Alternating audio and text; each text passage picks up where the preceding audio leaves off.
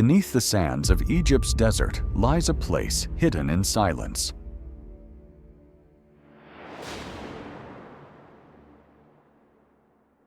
On the Saqqara plateau, near the step pyramid of Djoser, an underground monument waits beneath the surface. This is the Serapeum of Saqqara. Long corridors, massive stone sarcophagi, a sacred burial place for the Apis bull, and a mystery that has survived for more than 2,000 years.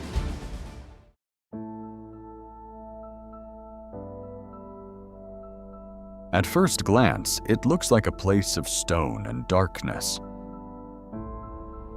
But every corridor here points to a much older story. A story of sacred animals, royal power, engineering, and belief. The Serapeum was not built for a king. It was built for bulls believed to carry divine meaning. And that is what makes this place so unusual.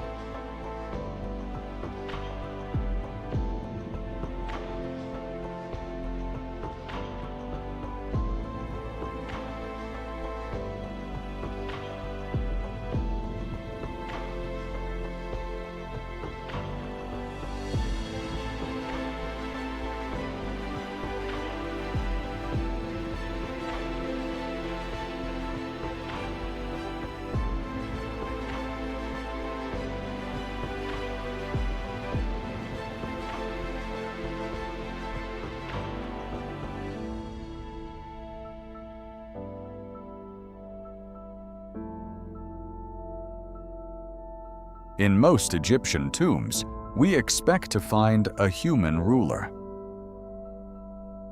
Here, we find the memory of a living god in animal form.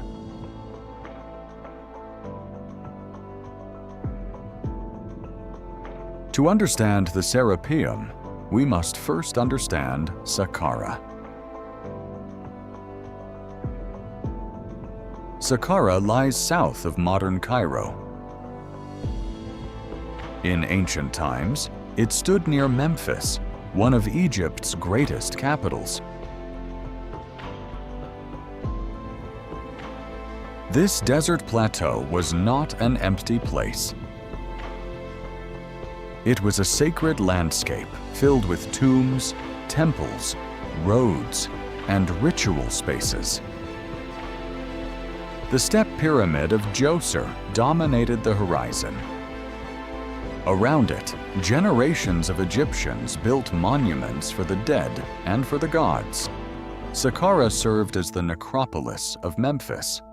It connected the living city with the world of the dead.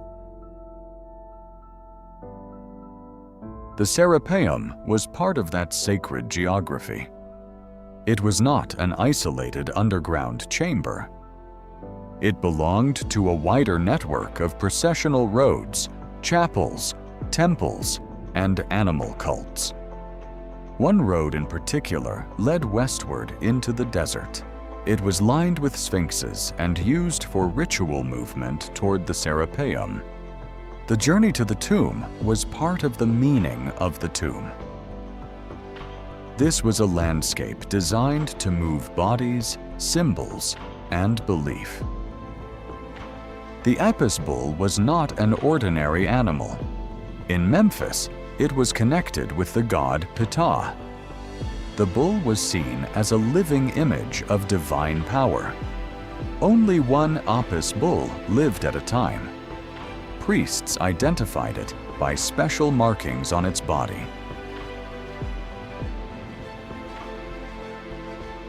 Ancient texts describe signs such as a mark on the forehead and symbolic patterns on the back. During its life, the bull lived in Memphis.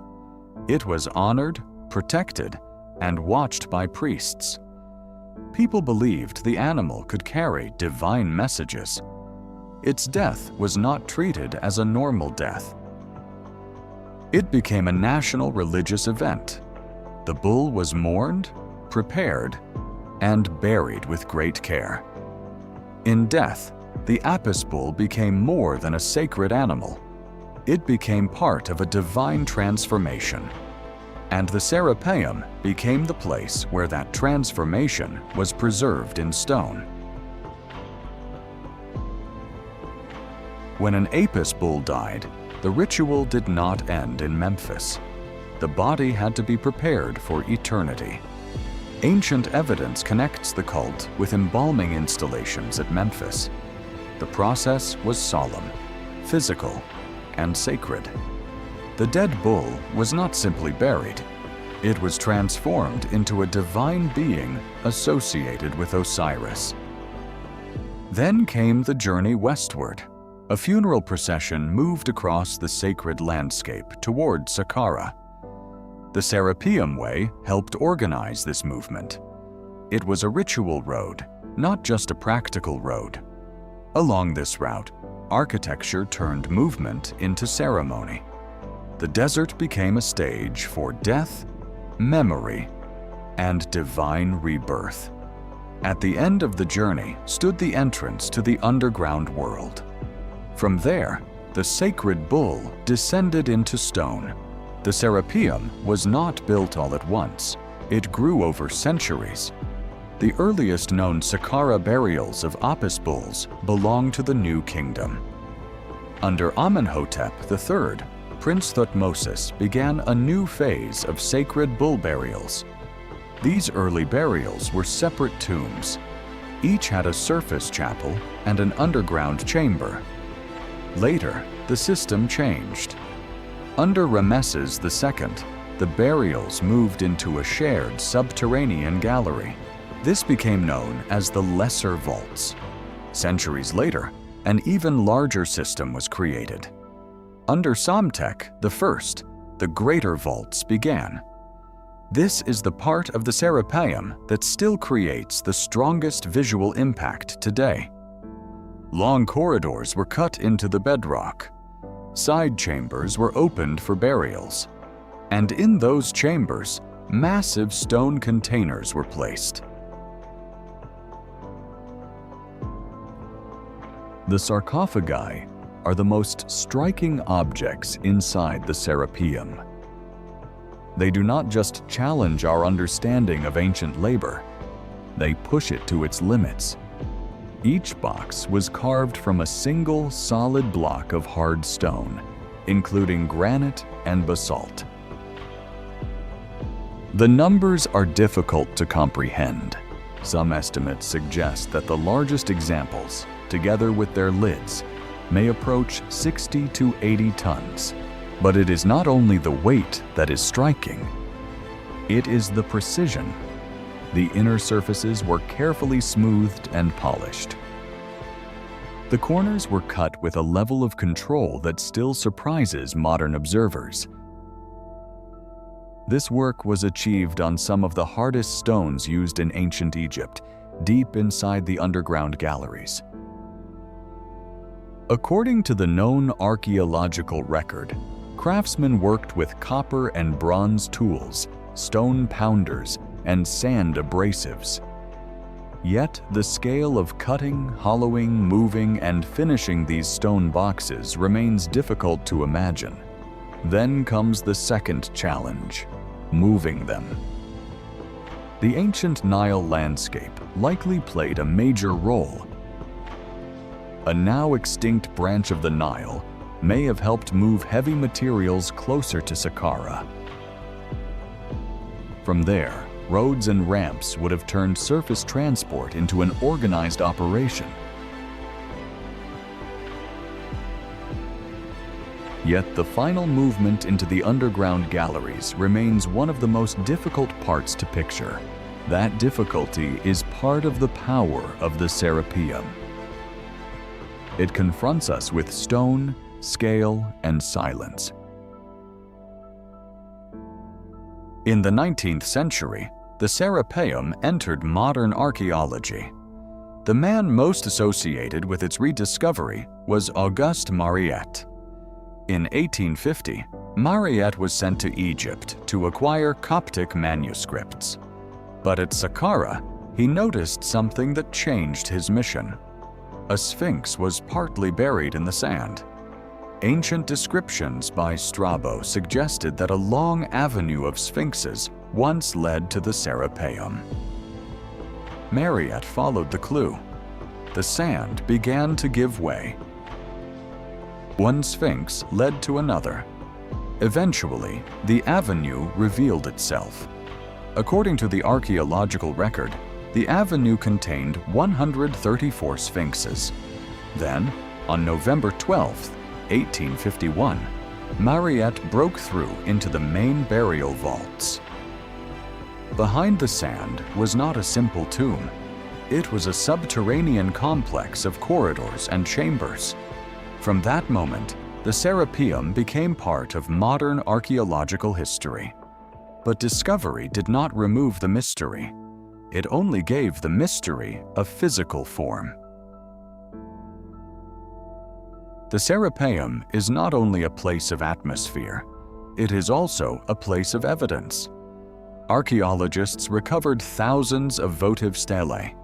These inscriptions help reconstruct the history of the cult. One important royal stela belongs to Psamtek I. It records details connected with the life and burial of an Apis bull. Statues also shaped the sacred landscape. A monumental statue of the Apis bull was found near the entrance area. The site also contained chapels, processional architecture, and ritual objects. At Memphis, the Embalming House preserves another part of the story. There, large alabaster and limestone tables were used in the preparation of sacred bulls. Some had drainage systems for ritual fluids. These objects remind us that the Serapeum was not built around fantasy. It was part of a functioning religious system. Every stone object belonged to a chain of ritual action. Every inscription is a fragment of memory, and every chamber is a record of a belief that lasted for centuries. The death of the Apis bull did not end its sacred identity. In death, the bull became associated with Osiris. This divine form was known as Osiris-Apis. Later, under the Ptolemies, the figure evolved again. Egyptian and Greek religious ideas were brought together. From this world came Serapis. Serapis was a hybrid god with both Egyptian and Greek meaning. This was not only theology. It was also politics. The Ptolemies ruled Egypt as foreigners. A shared god could help speak to both Greek and Egyptian populations. The Serapeum therefore belonged to more than one age. It began in Egyptian sacred tradition. It survived into a changing Mediterranean world. And through that transformation, the Apis bull became a bridge between cultures. The Serapeum demands a careful balance. Some things are confirmed. The site is connected with the burial of sacred Apis bulls. It contains underground galleries. It contains massive stone sarcophagi. It was expanded over different historical periods. And it was excavated and documented by modern archaeologists. But other questions remain open. The earliest burial locations before the New Kingdom are still uncertain. The exact movement of every sarcophagus inside the galleries is still difficult to reconstruct. And deeper spaces may still remain unknown. In 1986, a fourth doorway was discovered in the lesser vaults. It may lead to deeper, unexcavated chambers. This is why the Serapeum is powerful.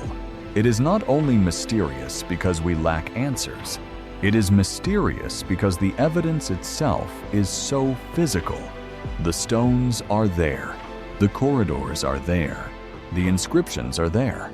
But the complete human story behind them is still partly hidden. The cult of the Apis bull, lasted for an extraordinary length of time. Its roots reach back to the earliest periods of Egyptian history. Its monuments continued through the New Kingdom, the Late Period, and the Ptolemaic Age. Even Roman rulers still interacted with the tradition. But by late antiquity, the old religious world was changing. Anti-pagan legislation under Theodosius helped bring the cult to an end. The sacred bull disappeared from living worship. The processions stopped, the chambers fell silent, and the desert slowly covered what memory left behind. Today, the Serapeum remains one of Egypt's most powerful underground monuments. It is not a place that gives up all its answers at once. It asks us to move slowly, to look at stone, to read silence, to separate evidence from imagination, and to remember that ancient Egypt was not only a civilization of pyramids and kings, it was also a civilization of rituals, animals, roads, craftsmen, priests, and sacred landscapes. Beneath Saqqara, the Serapeum preserves that world in darkness, not because it gives us every answer, but because it forces us to ask better questions. This was PharaohLogic Origins, and this was the Serapeum of Saqqara, beneath the desert.